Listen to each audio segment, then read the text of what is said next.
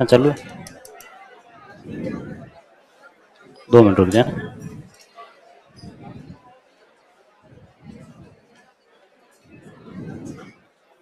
ये मिश्किन किसके दरबार में था, क्या है मिश्किन? अच्छा, और ये तज़किरातुल वाक़ियात किसकी पुस्तक थी? तज़किरातुल वाक़ियात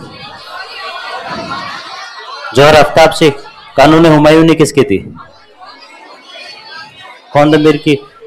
तारीख शाही किसकी थी? निजामुद्दीन अहमद की।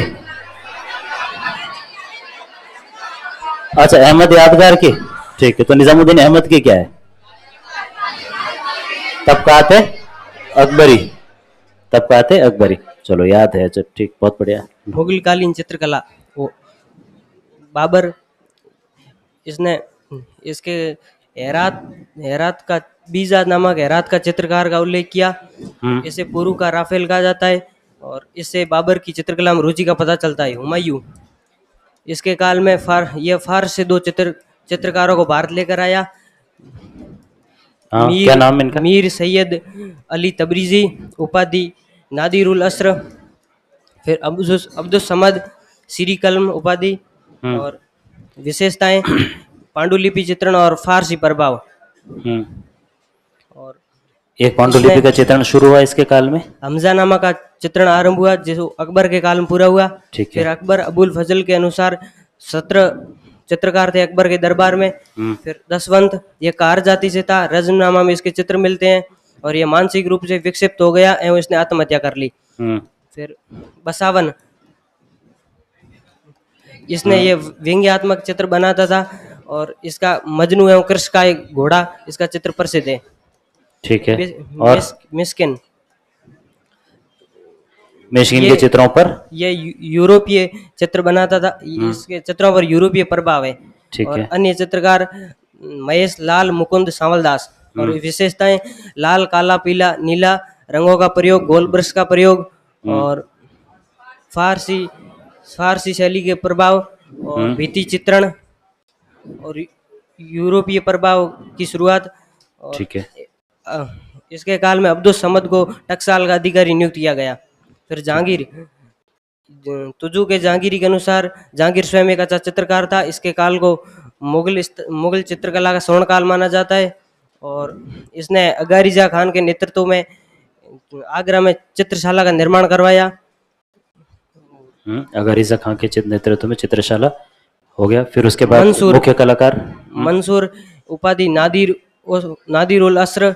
और नादिरुल असर होगी। मंसूर कैसे चित्र बनाता था? मंसूर कैसे चित्र बनाता था? प्रकृति चित्रण, नेचुरल पेंटिंग्स में एक्सपर्ट था। प्रकृति चित्रण में निपुण था। बंगाल का अनोखा पुष्प और साइबेरिया का सार।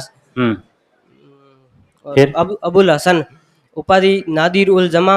और ये नादिर उल जमा उपाधि होगी।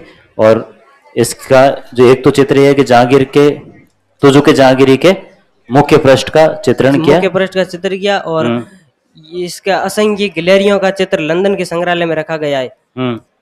फिर और फारूक बेग, ये बीजापुर के राज परिवार का चित्र बनाया। और बिशनदास, इसने फारस के राज परिवार के चित्र बनाए। और मनोहर, तुजू के जहांगीरी में इसके नाम का उल्लेख नहीं मिलता। और दौलत, इसने 7 ही चित्रकारों के चित्र बनाए। और इसकी विशेषताएं हैं विषय वस्तु, प्रकृति चित्रण, छवि चित्रण, युद्ध के दृश्य, शिकार के दृश्य और दरबार के दृश्य। बहुत बढ़िया। और फिर फारसी शैली का प्रभाव समाप्त हुआ। भारतीय शैली के प्रभाव की शुरुआत और यूरोपीय प्रभाव में वृद्धि। और अलंकृत हाशिया छोड़ा जाना आरंभ हुआ। मोरक्का चित्रण, एक ही तरह के चित्रों का एक साथ संकलन। बहुत बढ़िया, बहुत बढ़िया। चलो अब आगे चलते हैं। शाहजहां के काल में चित्रकला के क्या हाल चाल है? शाहजहां का ज्यादा इंटरेस्ट किसमें है?